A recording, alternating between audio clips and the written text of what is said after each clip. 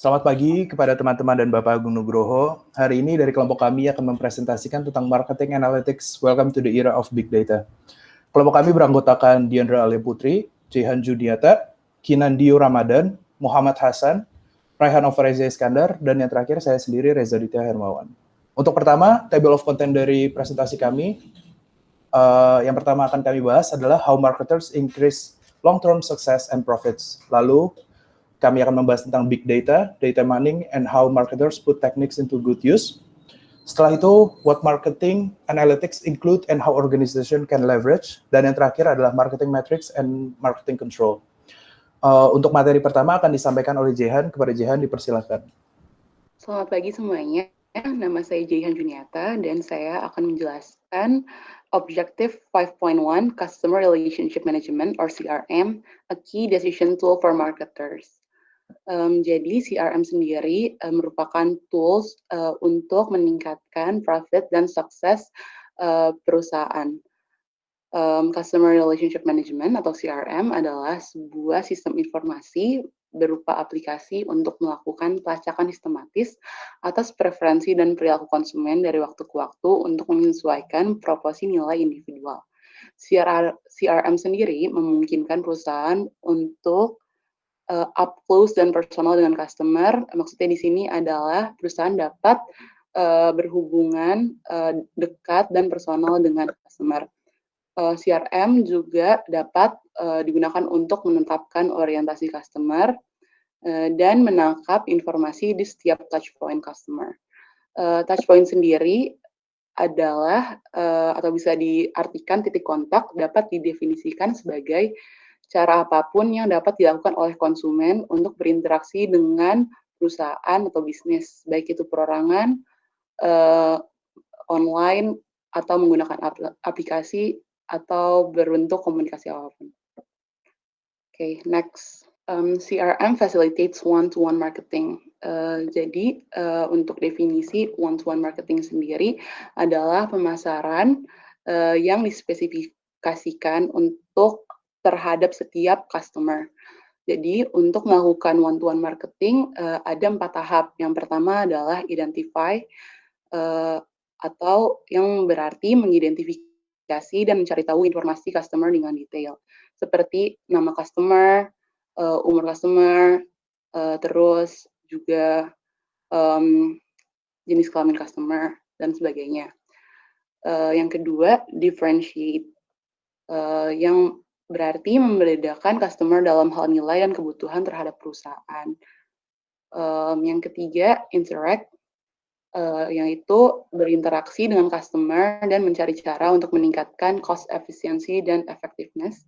Di sini perusahaan tidak hanya berinteraksi dengan customer, tetapi juga berinteraksi dengan perusahaannya sendiri maupun lingkungan eksternal seperti kompetitor dan lain sebagainya, untuk meningkatkan cost efficiency dan effectiveness dan membangun perusahaan agar lebih sukses lagi. Yang keempat, customize, yaitu menyesuaikan aspek barang dan jasa yang ditawarkan kepada setiap pelanggan. Jadi, customize ini menggunakan CRM dengan mencari apa yang customer sukai dan apa yang mereka cari dan apa yang mereka tren pasar saat ini, dan lain sebagainya. Oke, next. Ini adalah contoh dari CRM, yaitu Shopee dan Tokopedia. Shopee dan Tokopedia menggunakan CRM untuk tracking penggunaan aplikasi customer. Jadi, dengan tracking, Shopee dan Tokopedia dapat melihat apa yang penggunanya sedang cari atau sedang ingin membeli produk-produk yang diminati oleh customer itu. Seperti ini ada contohnya di aplikasi Shopee. Ini rekomendasinya ini dikategorikan berdasarkan promonya, seperti gratis ongkir ekstra, cashback ekstra, bayar di tempat, pakaian pria, pakaian wanita, dan sebagainya. Lalu ini ada yang dari Tokopedia, diberikan berbagai rekomendasi berdasarkan pencarian sebelumnya, dan juga ada special promo yang juga dapat diakses dari berdasarkan pencarian sebelumnya juga. Okay, next. Customer related metrics. Characteristics of CRM ada 3, yaitu share of customer, customer prioritization, customer lifetime value. Yang pertama ada share of customer, yang berarti persentase pembelian pelanggan untuk satu produk dari brand yang sama. Jadi matriks ini menggunakan persentase pembelian pelanggan karena lebih mudah dan lebih murah juga untuk tetap untuk melayani customer yang lama daripada mencari customer yang baru. Maka dari itu menggunakan share of customer dapat membuat company meningkatkan sales dan profitnya dengan menggunakan cost yang lebih rendah. Oke. Lalu ada customer prioritization, yaitu marketer mengidentifikasi pelanggan prioritas dan menyesuaikan komunikasinya dengan tepat. Jadi maksudnya di sini adalah setiap customer itu berbeda. Jadi at least dari profitabilitasnya. Jadi untuk cara pemasarannya juga dibedakan dari urutan prioritas customer-nya. Contohnya misalkan dia adalah customer prioritas, jadi mereka tuh harus diberikan treatment khusus dengan personal selling, contohnya. Lalu ada customer lifetime value atau CLV yang merupakan perhitungan berapa banyak profit yang diharapkan perusahaan dari customer tertentu. Untuk menghitung CLV, rumusnya adalah margin dibagi 1 ditambah discount rate dikurang retention rate dikurang acquisition cost. Dengan menggunakan lifetime value,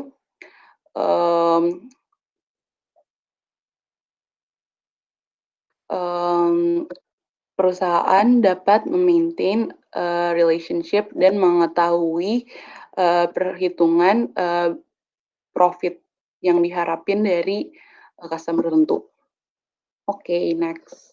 Ya, perkenalkan saya Raihan. Saya akan mempresentasikan tentang LO 5,2 yaitu Big Data. Pertama, apa itu Big Data? Big Data adalah istilah yang seringkali dipakai untuk mendeskripsikan data yang sangat banyak yang beredar dalam bentuk terstruktur maupun tidak terstruktur dan tidak dapat diproses dengan cara proses tradisional. Siapa itu yang memakai Big Data? Itu tuh perusahaan-perusahaan gede seperti yang saya tampilkan dalam slide. Dan bagaimana manfaatnya Big Data bagi perusahaan tersebut, itu ada 3 manfaat besar. Itu pertama, mengidentifikasi oportunitas baru melalui analitik, sehingga dapat memunculkan return on investment atau return pada investasi melalui strategi marketing. Yang kedua itu merubah insight atau data yang kita dapat dari maksudnya analisis data yang kita dapat dari Big Data ini dan merubah pengetahuan tersebut jadi produk atau service yang sejajar dengan kebutuhan konsumen. Ketiga itu delivering communication and products and services to the marketplace more efficiently and effectively, atau dengan kita mengetahui apa kebutuhan konsumen saat itu, kita dapat lebih secara efektif dan efisien mengirimkan persis barang tersebut yang konsumen butuhkan. Next slide. Kedua, saya akan menjelaskan tentang sources of big data. Sources of big data itu ada 6. Yang pertama itu social media. Social media itu seperti Instagram, Twitter, Facebook itu memakai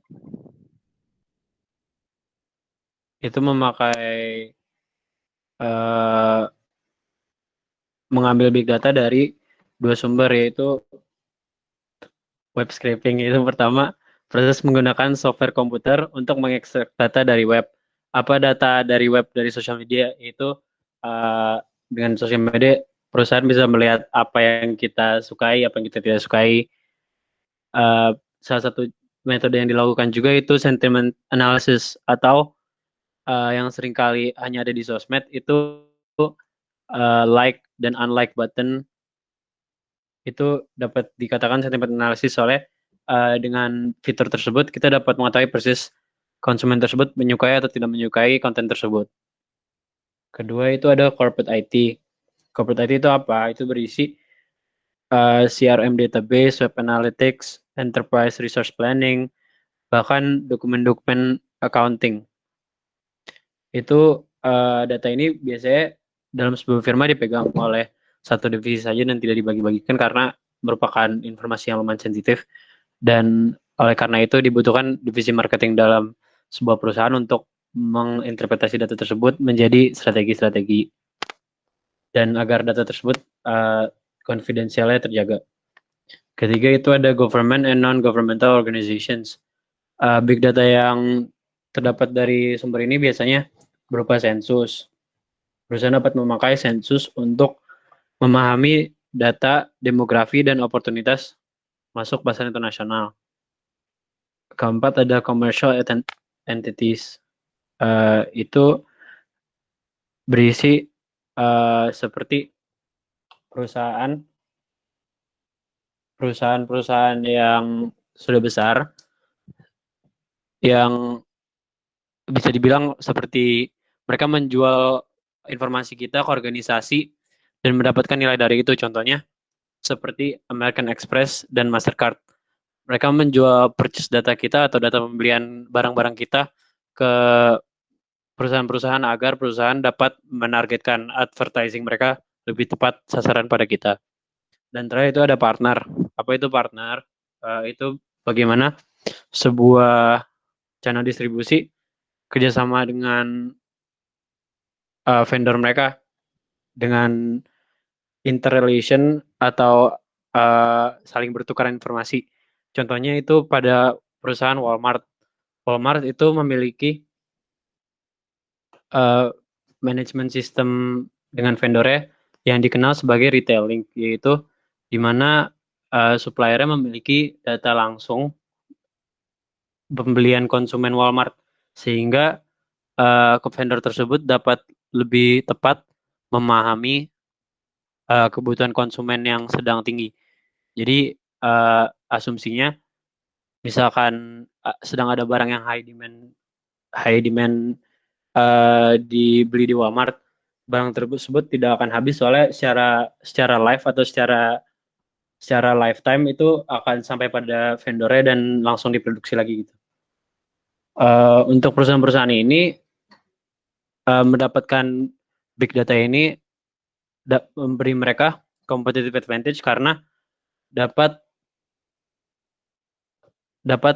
understanding atau pemahaman yang lebih dalam tentang konsumennya dan mengetahui lebih tentang kecenderungan atau perilaku konsumsinya. Sekian presentasi dari saya. Next slide. Oke, halo teman-teman semua. Sebelum saya akan memulai presentasi, izinkan saya memperkenalkan diri kembali. Nama saya Muhammad Hasan. Pada kesempatan kali ini saya akan melanjutkan penjelasan dari Raihan Aufareza mengenai tentang Big Data. Tapi sebelum kita lanjut ke dalam pembahasannya, saya mencantumkan ada ilustrasi gambar di sini. Tahukah Anda apa ilustrasi gambar ini? Nah, jadi ilustrasi gambar ini adalah information overload. Nah, information overload ini biasanya disebabkan oleh big data. Hal ini terjadi karena seperti yang kita ketahui bahwa big data itu mempunyai banyak data dan sehingga kita susah untuk menyaringnya karena sangat banyaknya data tersebut seperti itu. Next. Nah, maka dari itu perlu dilakukan data mining untuk menyelesaikan permasalahan tersebut. Data mining itu adalah sebuah proses di mana analis menyaring big data. Orang yang analis yang menyaring big data ini juga disebut biasanya miners. Nah, ketika menyaring big data ini mempunyai kan data yang sangat banyak. Nah, maka dari itu analis perlu menyaring dan mengidentifikasi data-data tersebut ke dalam grup-grup yang berbeda kayak gitu agar bisa langsung digunakan oleh para marketers, para analis dan sebagainya seperti itu. Next. Nah, di dalam buku Solomon juga dijelaskan bahwa ada beberapa istilah tentang data mining. Ada 3 istilah. Pertama itu data warehouse. Data warehouse ini adalah tempat menyimpan data yang tadi dijelaskan oleh Raihan Ovareza. Nah, data warehouse ini bermacam-macam bentuknya. Ada bentuknya cloud, ada bentuknya storage biasa di dalam perusahaan dan sebagainya. Nah, cuma untuk di Indonesia ini yang lagi happening itu para startup biasanya pakai cloud. Nah, cloud ini biasanya mereka pakai Amazon Web Service kayak gitu. Kenapa Amazon Web Service? Pertama, Amazon Web Service itu merupakan cloud yang termasuk stabil, kayak gitu, stabil dalam penyimpanannya dan secure juga gitu. Jadi susah untuk orang bisa menembus Amazon Web Service ini. Dan selain itu karena yang banyak menggunakan Amazon Web Service ini banyaknya startup, jadi gara-gara Amazon Web Service ini termasuk affordable, harganya juga nggak begitu mahal kayak gitu. Kedua juga ada perbedaan jenis data. Pertama ada data struktur dan data tidak terstruktur.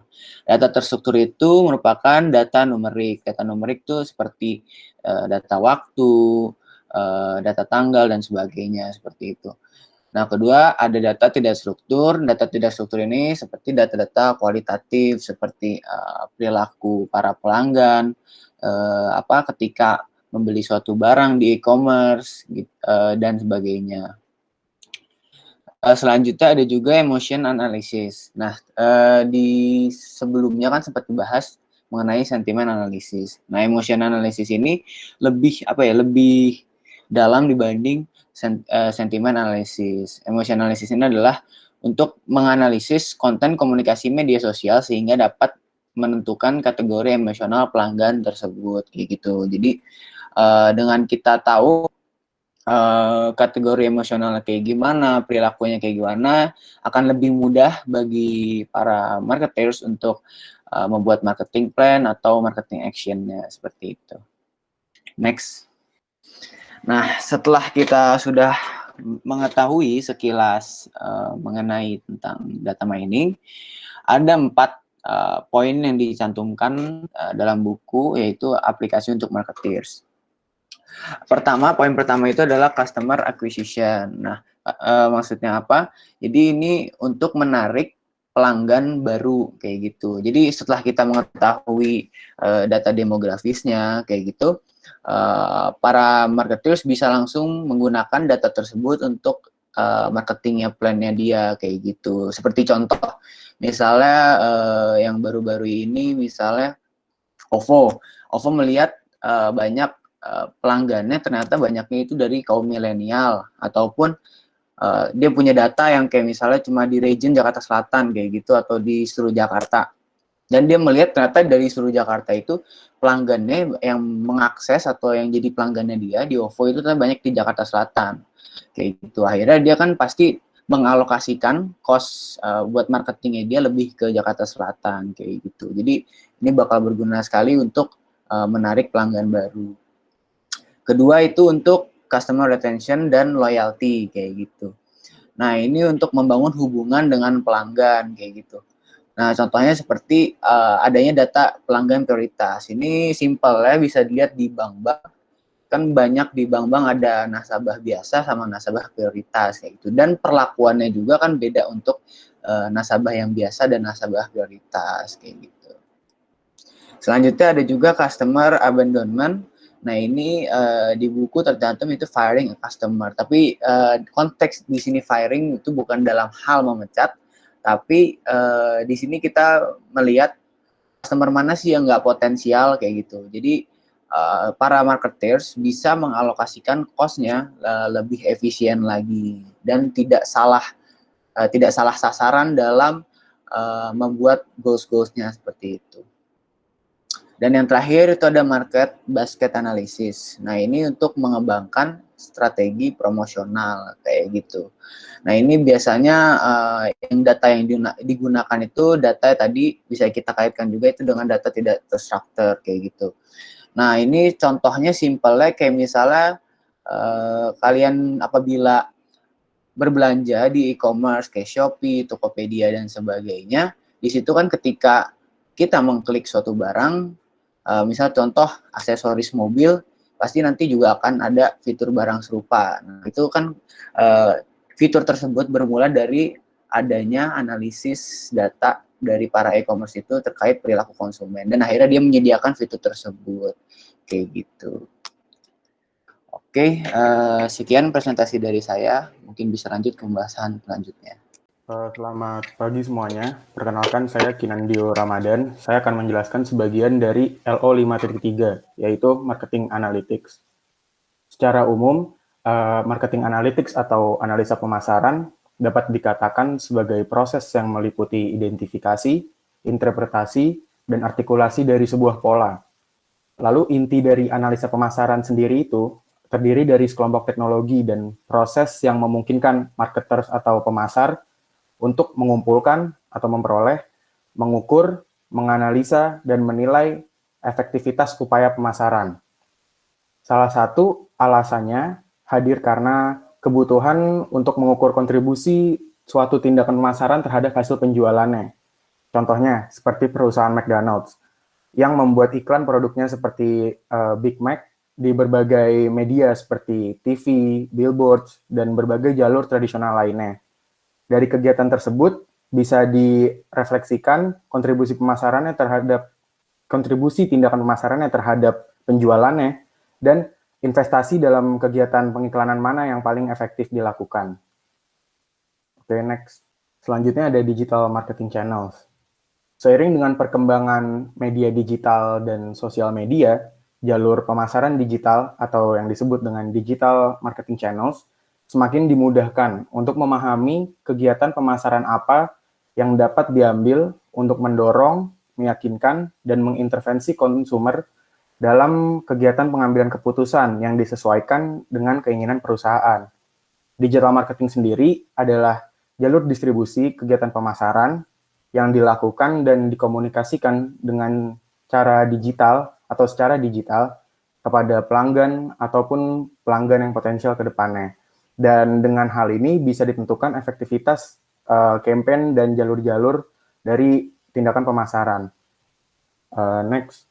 Selanjutnya ini adalah ilustrasi atau contoh dari penerapan digital marketing channel.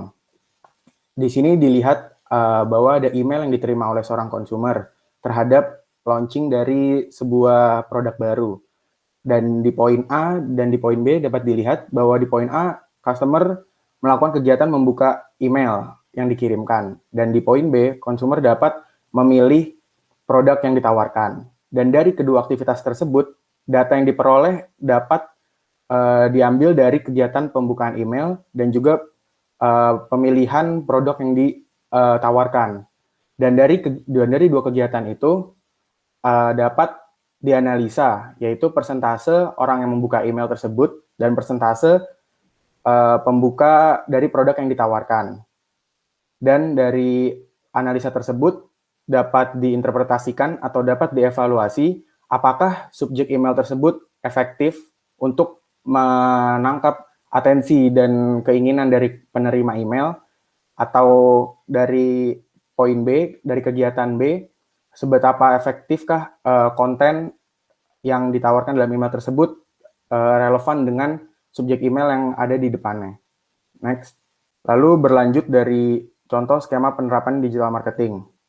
Selanjutnya, setelah konsumen membuka produk tersebut, mereka akan memilih suatu koleksi atau produk yang ditawarkan. Bisa dilihat seperti contohnya jika konsumen memilih produk Noba atau messenger bag yang telah ditampilkan, dan dari kegiatan tersebut dapat diperoleh juga datanya dari kegiatan memencet gambar atau link spesifik. Dan dari situ dapat dianalisa persentasi orang yang membuka halaman dari koleksi yang ditawarkan di email dan disangkutkan dengan produk spesifik yang dibuka juga. Lalu selanjutnya yang dapat menjadi evaluasi atau interpretasi dari kegiatan ini adalah halaman mana yang paling sering dikunjungi, dan dari situ juga dapat dievaluasi seberapa menariknya laman dari produk-produk yang disajikan. Sekian dari saya, selanjutnya untuk pembahasan berikutnya. Halo teman-teman, izinkan saya untuk memperkenalkan diri. Nama saya Reza Ditya Hermawan dan saya akan melanjutkan dari presentasi yang sudah disampaikan oleh Kenandio. Yang pertama ingin saya bahas adalah omnichannel connectivity. Omnichannel connectivity mengacu pada marketers menciptakan kehadiran pemasaran di saluran online maupun offline, sehingga memastikan pengalaman yang positif dan juga mulus atau terasa mulus dan tidak tersinkronisasi di sepanjang perjalanan seorang pelanggan. Beberapa digital marketing channels yang dapat digunakan untuk omnichannel connectivity adalah SMS, lalu social media, digital ad networks, lalu juga dari email bisa seperti yang disampaikan Kinan tadi, lalu juga melalui search engines. Lalu lanjut ke business model for digital marketing. Contoh perusahaan yang melakukan business model seperti ini adalah Google Ads. Dia melakukan ini dengan membiayai para marketers secara dua jenis utama, yaitu cost per click, yaitu pembelian iklan oleh marketers, di mana biaya iklan hanya akan dikenakan setiap kali seorang mengklik pada iklan tersebut. Dan lalu setelah mengklik, iklan tersebut akan mengarahkan customer tersebut ke halaman web yang ditempatkan oleh marketers di dalam iklannya. Lalu juga ada cost per impression, di mana pembelian iklan online dibebankan biaya setiap kali iklan muncul di halaman yang dilihat oleh pengguna. Jadi ini tidak perlu untuk pengguna atau customer mengklik iklan tersebut, namun hanya ditampilkan saja di halaman webnya. Contohnya ini ada beberapa. Ini mungkin pas saya sedang men-search di Google, yaitu Samsung Note 20, langsung muncul di halaman search-nya. Paling atas yang saya garis bawahi kuning itu, ad by Samsung.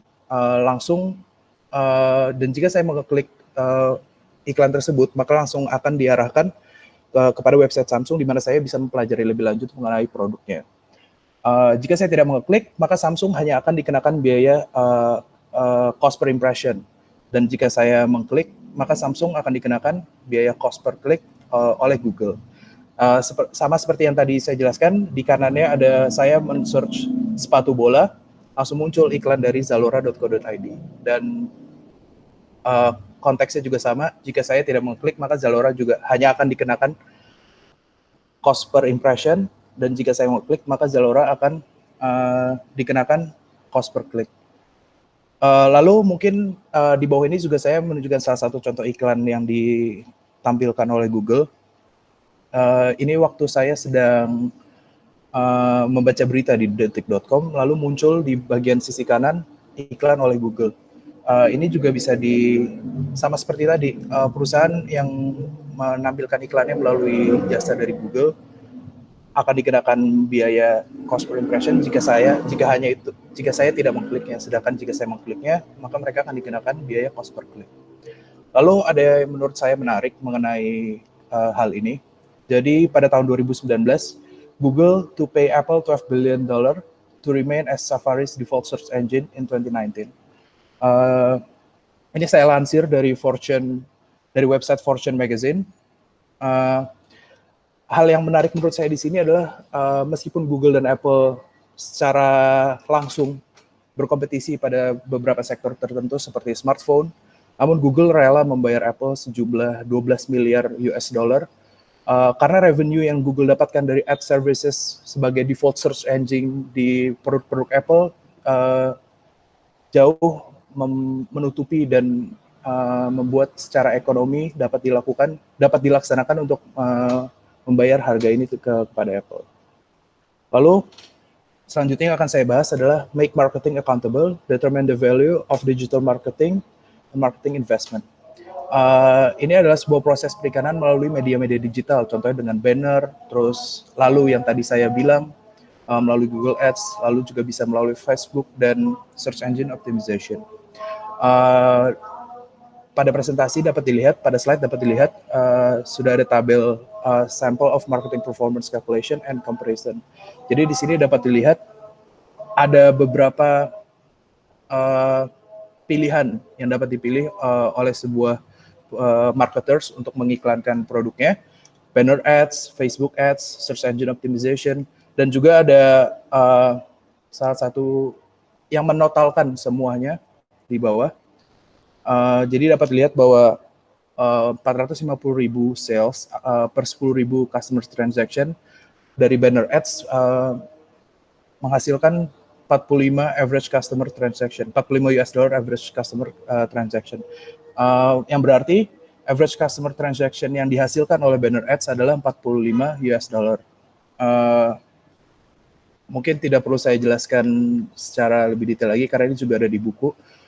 Tapi saya hanya ingin memberikan gambaran singkat saja.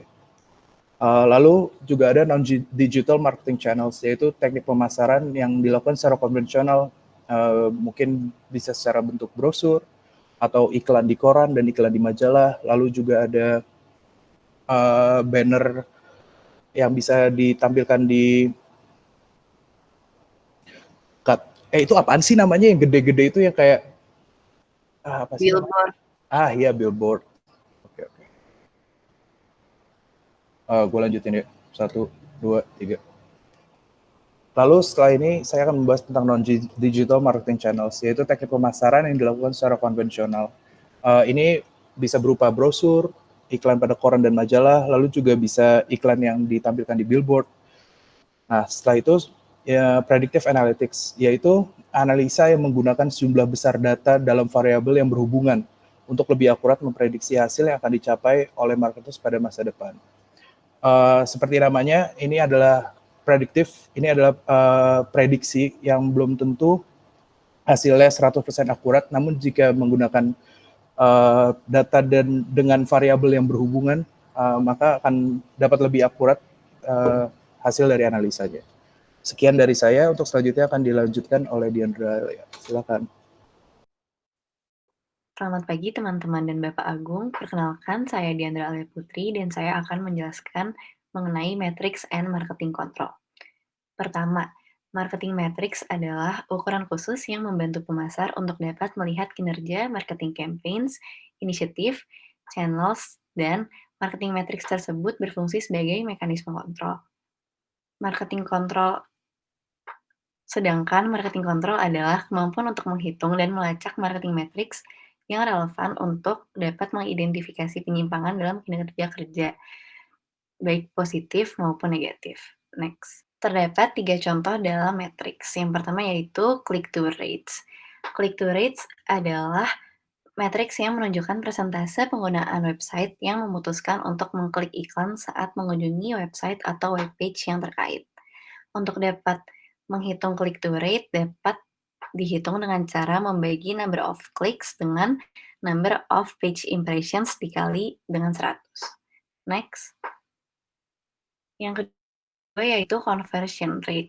Dalam digital marketing, matriks populer yang digunakan untuk melihat keefektifan pemasar adalah conversion rate, yang dinyatakan sebagai persentase. Conversion rate ini menandakan interaksi konsumen pada suatu halaman web yang berupa pembelian produk atau layanan. Juga berupa pilihan untuk mendaftar ke mailing list atau keputusan untuk menjadi follower di suatu media sosial. Nah, rasio konversi ini dapat dihitung dengan membagi click-through dengan impressions dan dikali dengan 100.